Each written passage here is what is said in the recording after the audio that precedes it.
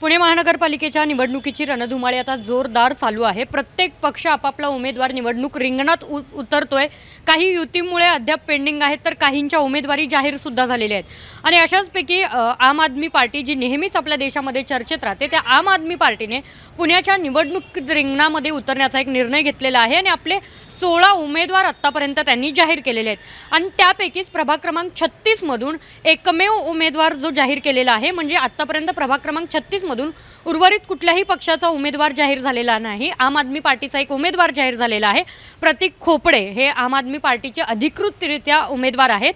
त्यांच्याशी आज आपण बातचीत करणार आहोत। ते आपल्या सोबत आहेत। सर्वप्रथम सर, स्टार महाराष्ट्र न्यूजमध्ये आपलं सहर्ष स्वागत। सर, निवडणुकीच्या रिंगणामध्ये आम आदमी पार्टी उतरलेली आहे आता पुण्याच्या, आणि आता पुण्याच्या या निवडणुकी रिंगणामध्ये आम आदमी पार्टी जे 16 उमेदवार त्यांनी जाहीर केलेले आहेत, ते त्यांची रणनीती कशा पद्धतीची असेल, ते 16 पैकी 16 उमेदवार कोणकोणते असेल, हे तर सगळं आता जाणून घेतलेलंच आहे।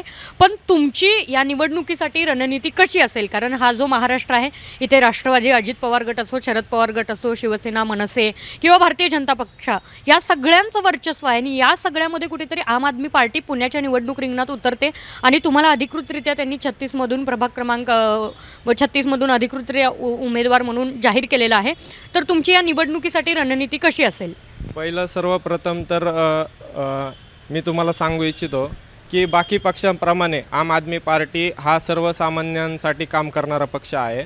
आम्ही कधी कोणालाही होम मिनिस्टरचे कार्यक्रम ठेवले नाही, कोणाला पैठणी साड्या वाटल्या नाहीत, कोणाला महालक्ष्मी ट्रिप असेल किंवा अन्य ठिकाणी ट्रिप असेल, अशा ट्रिपा काढल्या नाहीत। पण आम्ही एक खात्रीने सांगतो, आम्ही जे नगरसेवकांनी कामं करायला पाहिजे तेच कामं आम्ही नगरसेवक म्हणून करत आलेलो आहे। आम्ही लोकांसाठी गटारी दुरुस्तीची कामं असतील, रोड केले असतील, शाळेत शिक्षक उपलब्ध करून दिलेले आहेत। लाखो रुपयाचे मी आत्तापर्यंत लोकांचे दवाखान्याचे बिलं माफ केलेले आहेत। नागरिकांसाठी आम्ही सदैव उपलब्ध आहे आणि बाकी लोकांप्रमाणे उमेदवार जरी आम्ही सगळे गरीब घरातले असले तरी कामाने आम्ही ह्यांच्यापेक्षा खूप श्रीमंत आहे। आम आदमी पार्टीचं एक वैशिष्ट्य म्हणावं लागेल, त्यांचे जेवढे 16 उमेदवार आहेत त्या 16 उमेदवारांची कोणतीही राजकीय पार्श्वभूमी नाही, प्रत्येक सामान्य कुटुंबातील आहेत। जसं की तुम्ही सांगितलं, तुम्ही सुद्धा सामान्य कुटुंबातले आहात। रिक्षा ड्रायव्हरांचा मी मुलगा आहे। माझी म्हणजे गरीब घरातलाच मी एक उमेदवार म्हणून आम आदमी पार्टीने मला दिलेला आहे। अगदीच बाकीचेही उमेदवार तसेच आहेत, पण निवडणुकीच्या रिंगणात उतरणे म्हणजे समोरच्या कदाचित एखादा उमेदवार पैसेवाला असेल तर त्याच्याशी टक्कर देणे हे या निवडणुकीत शक्य होईल का? कारण पुणे महानगरपालिकेची निवडणूक प्रचंड मोठी चर्चेत राहते आणि तेवढा पैसा प्रत्येक उमेदवार खर्च करत राहतो। आम्ही केजरीवाल साहेबांचं जे दिल्ली पॅटर्न जो राबवला त्या कामावर आम्ही त्या दिल्लीसारखेच आम्ही इथे पुण्यामध्ये शिक्षणाची व्यवस्था असेल, स्त्रियांसाठी मोफत बस सुविधा असतील, आरोग्याची, जसं दिल्लीमध्ये तुम्ही बघताय सरकारी हॉस्पिटल प्रायव्हेट हॉस्पिटलला लाजवेल असे हॉस्पिटल त्यांनी उभारले आहेत, तसेच आम्ही पुण्यामध्ये करणार आणि तेच मॉडेल घेऊन आम्ही जनतेसमोर जाणार आहे।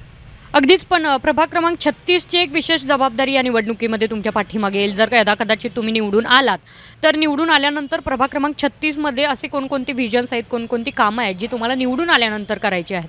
सर्वप्रथम तर मी ज्या भागात राहतो तळजाई संभाजीनगर, त्या भागामध्ये 20 वर्षापूर्वी ड्रेनेज लाईन टाकलेली चिनी मातीच्या लाईन आहेत, त्या अजून बदललेल्या नाही आहेत। त्या लाईनींना घुशी वगैरे लागून एवढ्या मोठ्या प्रमाणात नागरिकांना आत्ता पाऊस काही लोकांच्या घरातनं ड्रेनेजचं पाणी यायला लागलं। म्हणजे पहिल्या लोकांनी काही इथे लक्ष दिलं नाही आहे। प्रत्येकाने प्रत्येकाची घरं भरण्याचं काम ह्या ठिकाणी केलेलं आहे। आम्ही पहिलं तर नागरिकांच्या मूलभूत गरजा, नगरसेवकाची जर कामं बघायला गेली म्हणजे नळातनं आम्ही मुबलक पाणी 24 तास स्वच्छ पाणी नागरिकांना देण्याचा आम्ही प्रयत्न करणार आहे।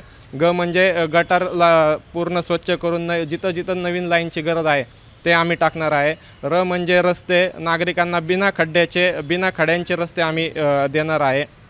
व म्हणजे सेवा, आम्ही जनतेची नेहमी ईश्वराप्रती सेवा करणार आहे। व म्हणजे जनतेप्रती आम्ही भावनिकपणाने जे व्यक्त करतो, आम्ही असं नाही की कार्यकर्त्यांद्वारे नागरिक आपल्याकडे आले की कार्यकर्त्यांद्वारे त्यांना कटवून देणं, असं आमच्याकडं हे नाही आहे। त्यामुळं आम्ही नगरसेवकाचीच कामं जी आहे ती पूर्ण करणार आहे।